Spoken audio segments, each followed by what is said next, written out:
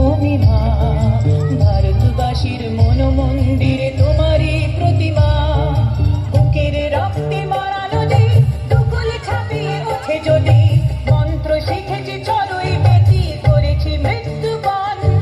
বুকের রক্তে মারা নদী দুকুল ছাপিয়ে ওঠে যদি, মন্ত্র শিখেছি চড়ুই বেটি করেছি মৃত্যুবরণ। বন্দে মাতরম, বন্দে। করে আছো, অনেক অনেক ধন্যবাদ তোমাদের এত ধৈর্য ধরে এত সুন্দরভাবে থাকার জন্য। তো যাই হোক, আমরা মহকুমা আইনি পরিষেবা কমিটির পক্ষ থেকে এরকম প্রোগ্রাম সারা বছরই করে থাকি। তো আমরা আজকে চেচানিয়া কৃষি শিল্প বিদ্যালয়ে আসতে পেরে আমরা নিজেকে ধন্য মনে করছি। আমাদের অন্যতম একটা কর্তব্যের মধ্যে পড়ে আইন সম্পর্কে আমাদের অফিসের মহকুমা আইনি পরিষেবা কমিটির যে সমস্ত সুবিধাগুলো মানুষের জন্য আছে সেগুলো মানুষের মধ্যে ছড়িয়ে দেওয়ার। তো সেই উপলক্ষে আজকে আমরা কাছে পেয়েছি যাদের, প্রথমেই বলি আমাদের মাননীয় সঙ্গে শ্বশুরবাড়ি বা শ্বশুরবাড়ির লোকজন তাকে একটা আলাদা বাসস্থানের ব্যবস্থা করে দেওয়ার সংস্থা দেওয়া আছে কিন্তু সেই আইনে। তো এই যে জিনিসগুলো এগুলো মানে আজকে ছোট অল্প সময় অত ডিটেলসে বলা যাবে না।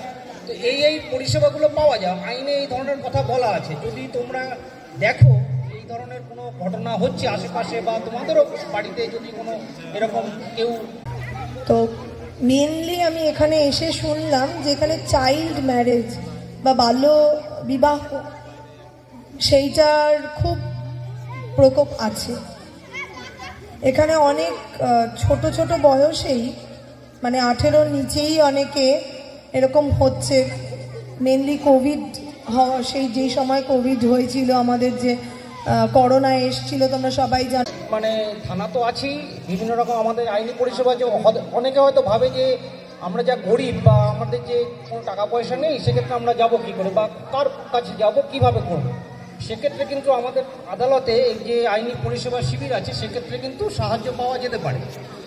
আচ্ছা, আরেকটা কথা হচ্ছে মানে যেটাকে আমরা বলি এই যে অত্যাচারের কথা, এটাকে বলা হয় গার্হস্থ্য, মানে সংসার জীবনে যে ধরনের অত্যাচারগুলো হচ্ছে তার জন্য একটা নতুন আইন এসেছে, সেগুলো আছে। সেটাকে বলা হয় ডোমেস্টিক ভায়োলেন্স বলে একটা আইন আছে।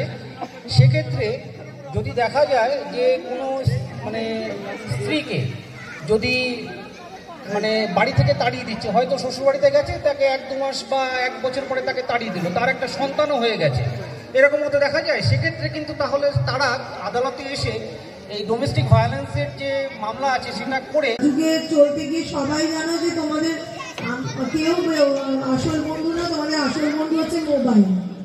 আমরা সবাই জানি আমাদের আসল বন্ধু এখন তোমরা ভাবছো যে মোবাইল। মোবাইল ছাড়া তোমরা একটা পাও চলতে পারছো না, কারণ মোবাইলেই সব পাওয়া যায়।